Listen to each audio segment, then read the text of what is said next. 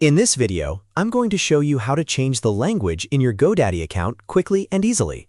If you've landed on the wrong region, need a different language, or just want the website and account interface to match your preference, this simple fix can help right away. And if this tutorial saves you time, make sure to hit the like button and subscribe for more easy software guides just like this. Let's jump in. First, open your browser and go to GoDaddy.com. Once the main GoDaddy page loads, scroll all the way down to the footer area at the bottom of the page. GoDaddy usually places the country and language selector there, so this is the spot you need to find.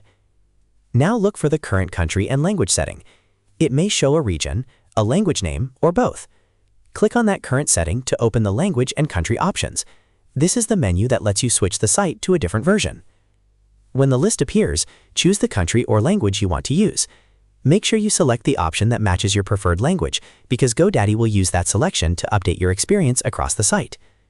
As soon as you make your selection, GoDaddy should immediately refresh and apply the new language to your account and product interfaces.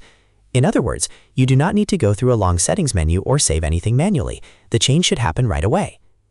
If the page does not instantly, give it a moment to reload or refresh your browser once. In most cases, the new language setting will carry over as you continue browsing, logging in, and managing your GoDaddy products. This is especially useful if you're helping someone else manage their site, if your browser opened the wrong regional version, or if you simply want a smoother experience in your preferred language. It's a very small change, but it can make the whole platform much easier to use. And that's it. You've now learned how to change the language in your GoDaddy account in just a few clicks. If this video helped, please give it a thumbs up, subscribe for more quick tutorials, and leave a comment if you want to see more GoDaddy tips in the future. Thanks for watching, and I'll see you in the next one.